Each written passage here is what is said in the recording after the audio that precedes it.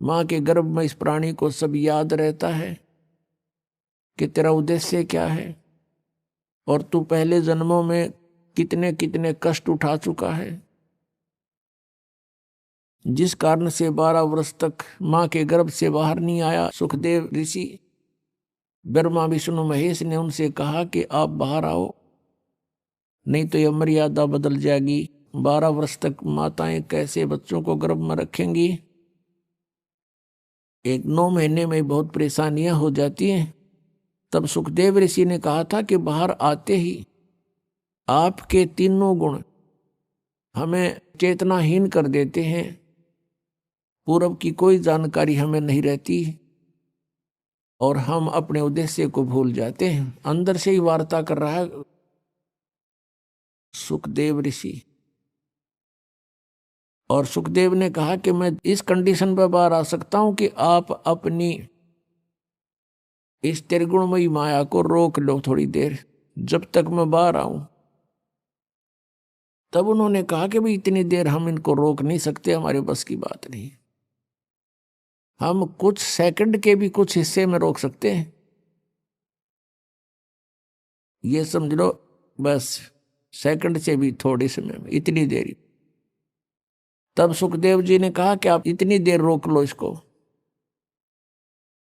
इतनी ही देर में वो मां के गर्भ से बाहर आया, 12 वर्ष का था, उठ कर चल पड़ा, अपनी और नाल को कंधे पर डाल लिया। सुखदेव ऋषि के जो पिता थे व्यास जी, व्यास जी ने कहा पुत्र तेरी मैंने 12 वर्ष तक इंतजार की है, कम से कम दर्शन तो दिखा। तब सुखदेव ऋषि ने कहा ऋषि जी अब मैं इस ज्ञान से परिचित हो चुका हूं, या कोई किसी का पिता पुत्र नहीं है, ये तो संस्कार उलझे पड़े हमारे, और ना जाने कितनी बार आप मेरे बाप बन लिए, ना जाने कितनी बार मैं तेरा बाप बन लिया। अब के मैं अपना पीछा छुड़वाऊंगा, भक्ति करूंगा और इस संसार से मुक्ति पाऊंगा। यूं कहकर आकाश में उड़ गया। पिछले बैटरी चार्ज थी, पिछले जन्मों के सिद्धियां उसके पास थी। कहने का भाव ये है कि वो सुखदेव ऋषि फिर अपने आप उस सिद्धि प्राप्त से, हल्दी की गांठ से पंसारी बन गया। पिछले जन्म की उसकी भक्ति की शक्ति कमाई थी, जिस कारण से वो आकाश में उड़ जाता था, इंद्र के लोक में चला जाता था। वहां के ऋषि महर्षि, वहां के देव उसका बहुत सत्कार करते थे। एक दिन इसी भ्रम में सुखदेव ऋषि विष्णु जी के लोक में चला गया।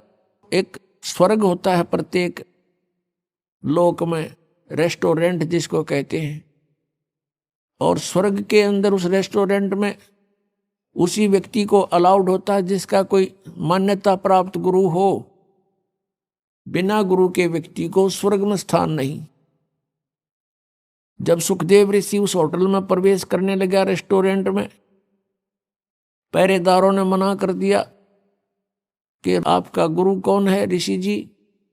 सुखदेव ने कहा कि मुझे गुरु की आवश्यकता नहीं, मैं अपनी मर्जी से, अपनी शक्ति से यहां उड़ के आ गया हूं। पहरेदारों ने कहा कि बिल्कुल नहीं, आप अंदर नहीं जा सकते। भगवान विष्णु का आदेश है कि बिना गुरु का व्यक्ति स्वर्ग में प्रवेश नहीं कर सकता। अब सुखदेव ऋषि ने कहा कि मेरी विष्णु जी से बात कराओ। इतना अंडी पाक रहा था। अब सुखदेव ऋषि ने सोचा था कि विष्णु जी मुझे शाबाशी देंगे और कमर थपथपावेंगे, वाह महर्षि वाह, बहुत अच्छी भक्ति की, पहुंच गया स्वर्ग में, उड़ का आ गया। विष्णु जी के पास ये बात गई। विष्णु जी अपने घर से बाहर आए, महल से। सामने सुखदेव ऋषि खड़े थे बाहर। विष्णु जी के पास जब ये बात गई कि एक सुखदेव नाम का ऋषि मृतलोक से आए हैं और स्वर्ग में प्रवेश करना चाहते हैं, उनका कोई गुरु नहीं है। भगवान आपका क्या आदेश है? तो विष्णु जी ने कहा कि आदेश मेरा फाइनल है, आज कोई नया आदेश नहीं है, बस पार्क दो, उसको मना कर दो। उन्होंने कहा जी हमने मना कर दिया है। वो कहता है मैं यही रहूंगा जब तक मेरी विष्णु जी से बात नहीं होगी, तब तक मैं वापस नहीं जाऊंगा। विष्णु जी बाहर आए और पूछा ऋषि जी यहां कैसे आए? अब सुखदेव ऋषि ने सोचा था भगवान बड़े खुश होंगे, भगवान के बोलने के लहजे से वो समझ गया कि ये खुश नहीं है। तब सुखदेव ऋषि ने कहा कि मैं स्वर्ग में विश्राम करने आया हूं। विष्णु जी ने पार्षदों से पूछा भाई क्यों आपने क्यों मना कर दिया इसको, इनको, ऋषि जी को? पार्षदों ने फिर दोबारा दोहराया कि भगवान इन्हें कोई गुरु नहीं बना रखा, ये बिना गुरु के हैं। तो विष्णु जी ने कहा क्यों ऋषि जी, आपका कोई गुरु नहीं? अक नहीं जी। तो फिर आप प्रवेश नहीं कर सकते स्वर्ग में। अब सुखदेव ऋषि ने और अभिमान की डींग मारी, ने बोला जी पृथ्वी के ऊपर मेरे बराबर कोई और संत नहीं, मेरे जैसा शक्ति युक्त नहीं, मैं किससे उपदेश लूं? तो भगवान विष्णु ने कहा कि सुखदेव यह भी तेरी कमजोरी है, ये भी तेरी कमजोरी है, तेरे अंदर अभिमान बोल रहा है, जिस कारण से भी तू भक्ति के योग्य प्राणी नहीं है। आप जाइए राजा जनक से उपदेश लीजिए। राजा जनक गृहस्थी, उसके कई रानियां थी और सुखदेव ऋषि बाल ब्रह्मचारी। अब उसने न्यू कह करके कि आप जाइए और राजा जनक से उपदेश लीजिए, फिर साधना कीजिए, उस भक्ति की शक्ति से यहां आइए। यूं कहकर भगवान विष्णु तो अपने महल में रिटर्न करके वापस चले गए। अब सुखदेव ऋषि ने सोचा भाई बड़ी बात हुई है, तो राजा जनक गृहस्थी भाई और कैसे शीश निभाऊं जाई। अब ये दो सन्यास ले लेते हैं, साधु संत बन जाते हैं, लाल कपड़े पहन कर जटा वटा रखा के। ये अपने आप को सुपीरियर मानते हैं और आम जनता गृहस्थियों को ये हे समझते हैं। इनकी इतनी बुद्धि खराब हो जाती है और ये इनकी अपनी ये सोच है।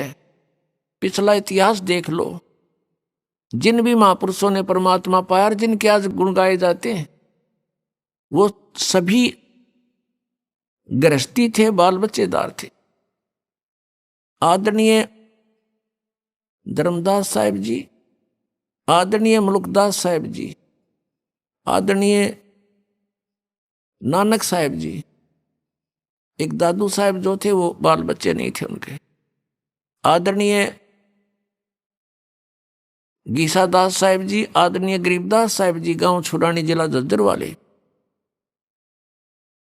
तो कहने का भाव ये नहीं है कि बाल बच्चेदार गृहस्थी व्यक्ति पार नहीं हो सकता, और ये भी नहीं है कि जिसने शादी ब्याह ना करवाया वो भी पार नहीं हो सकता। सत भक्ति करनी पड़ेगी, मर्यादा में रहना पड़ेगा, और तो दोनों ही पार हो सकते हैं। तो यह भूल थी सुखदेव के। अगले दिन वहां से वापस आ गया, फिर उसी स्वर्ग में गया, कोमन स्वर्ग जो इंद्र वाला है। वहां पहुंचा तो सुखदेव का मुख कुछ ढीला था, चेहरे पर पहले वाली शोभा रौनक नहीं थी। ऋषियों ने कारण पूछा, वहां देवताओं ने, कि ऋषि जी क्या बात है, आज तो कुछ मुंह लटका रखा आपने, आपको क्या टेंशन हो गई है? तब सुखदेव ऋषि ने कहा, क्या क्या बताऊं, एक समस्या अड़गी। मैं भगवान विष्णु के लोक में गया था और वहां मुझे स्वर्ग में प्रवेश से मना कर दिया। इस बात को सुनकर अन्य जो ऋषिवर थे वहां बैठे थे देवता, वो कहने लगे सुखदेव बात बताओ, भगवान विष्णु तो बड़े प्रसन्न होते हैं साधु संतों को देख करके। कोई गलती गड़बड़ है हुआ बता। तब सुखदेव ने बताया कि उन्होंने इसलिए मना कर दिया कि मेरा गुरु नहीं था। तो जितने भी वहां बैठे थे उसके आसपास, जो पहले उसको बहुत अच्छा महात्मा मानने थे, सभी ने कहा कि सुखदेव, हम तो तुझे बड़ा विचारवान व्यक्ति मानते थे और आज आप निगुरे फिर रहे हो, धिक्कार है तेरे जीवन को। और दूसरी बात, एक बात बता, जो भगवान ने भी तुझे कह दिया कि गुरु बना, अब अग्रम अग्रम कैसी रखे हुए तू। तब सुखदेव ऋषि ने कहा कि एक समस्या आ गई। भगवान विष्णु जी ने कहा कि राजा जनक से नाम ले ले। और कहते राजा जनक गृहस्थी बाई और कैसे शीश निवाऊं जाई। सुखदेव बोले वचन विवेका, हमने स्त्री का मुंह नहीं देखा। अब वो ऋषि कहने लगे, भाई एक बात बता, जब भगवान विष्णु ने कह दिया तेरे तुम वहां नाम ले तू जाके, और फिर भी आप ऐसी बातें कर रहे हो। देखो, बिना गुरु के आपके पिछले जो संस्कार हैं, आपकी भक्ति शक्ति है, ये कुछ दिन चलेगी, सदा नहीं रहेगी। और अगले जीवन में गधे की योनि में भी जा सकता है प्राणी। अब इतना सुनते ही उसका कलेजा हिल गया। और कुछ मेर भगवान की होती है विशेष। तो सुखदेव ऋषि को अपने पिछले जन्म की बातें याद आ गई। यह भी रजा भगवान की थी उस पर। उसकी बुद्धि ऑन कर दी, अंतर से उसका वह फिल्म चालू कर दी, उसको पिछले जन्म दिखाई देने लगे। वो देख रहा अपने बीते हुए जीवनों की मूवी अंदर अंतःकरण में। उसने क्या देखा कि एक बार गधे की योनि भोग रहा है, अंधा हो गया, उसको छोड़ दिया, मालिक ने मारा, लठ निकाल दिया। घर अंधा होने के बाद एक पगडंडी पर चला जा रहा है जंगल में, आगे एक नाला था, उसमें गिरने लगा तो छलांग लगानी चाहिए, बीच में फंस गया। नाला थोड़ा ही था, आगे मुंह टिक गया, पीछे पीठ, बैक साइड मर गया, टांग लटके नाले में, आगे पीछे फेट हो गया उसके ऊपर नाले में।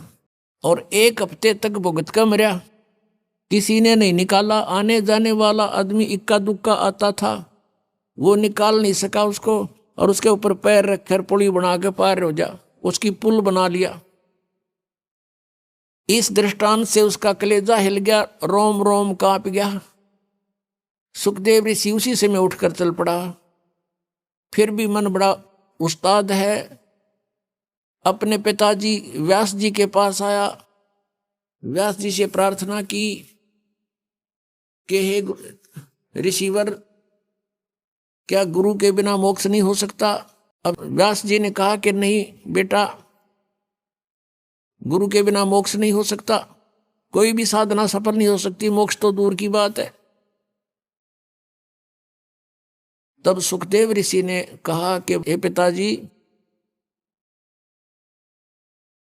मैं विष्णु जी के लोक में गया था, उन्होंने मुझे वहां रहने से मना कर दिया।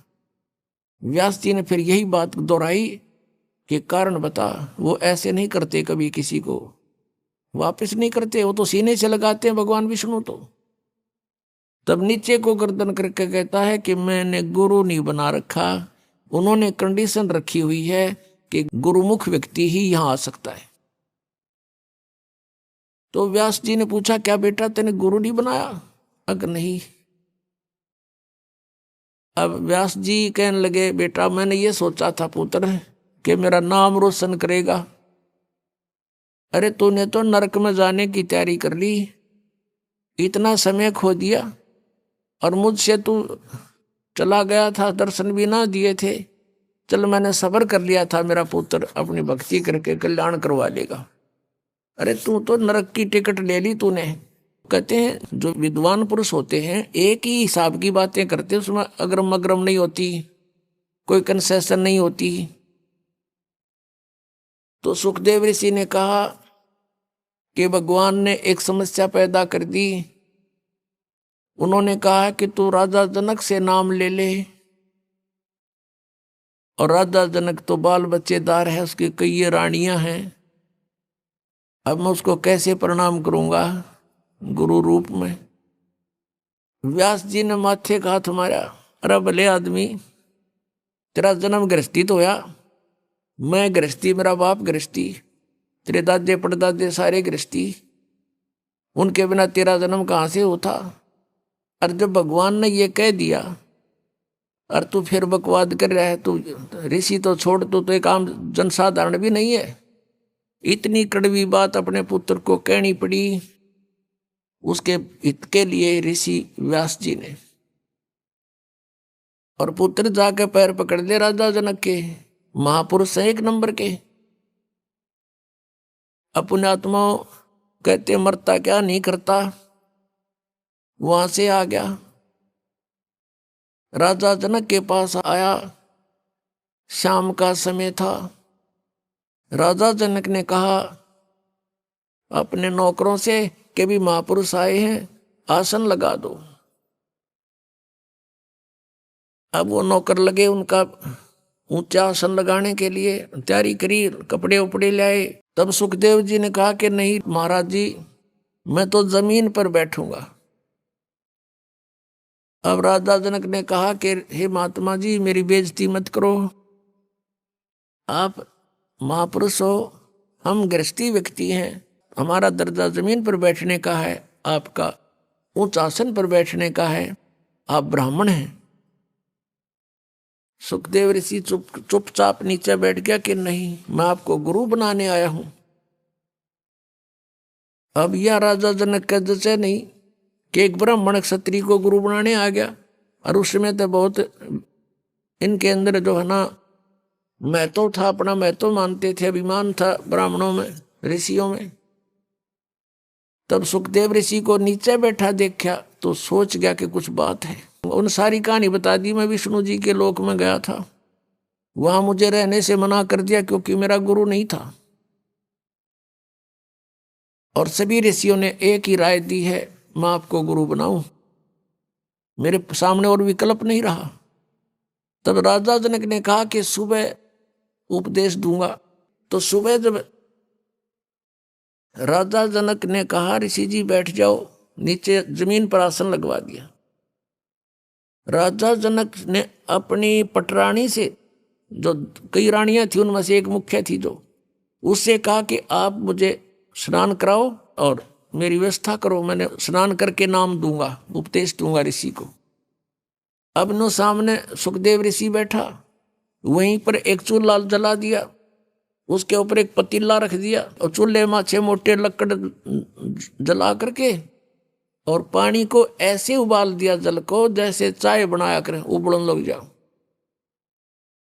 और राजा जनक ने अपना नहाने का पाटड़ा वहीं साथ में डलवा लिया, उबलते चूल्हे के साथ में। उस पानी का जहां उबल रहा था, गर्म हो रहा था, वहीं साथ में रखवा दिया। और उसकी कपड़े काट के बैठ गया, धोती बांध गए। उसकी पत्नी जो मेन जो रानी थी, वाइफ थी उसकी, वो क्या करती है, उबलते पानी में तो उबलते पतीले में से लोटा भरे और राजा जनक की चोटी में गिरे और हाथ से नवावे।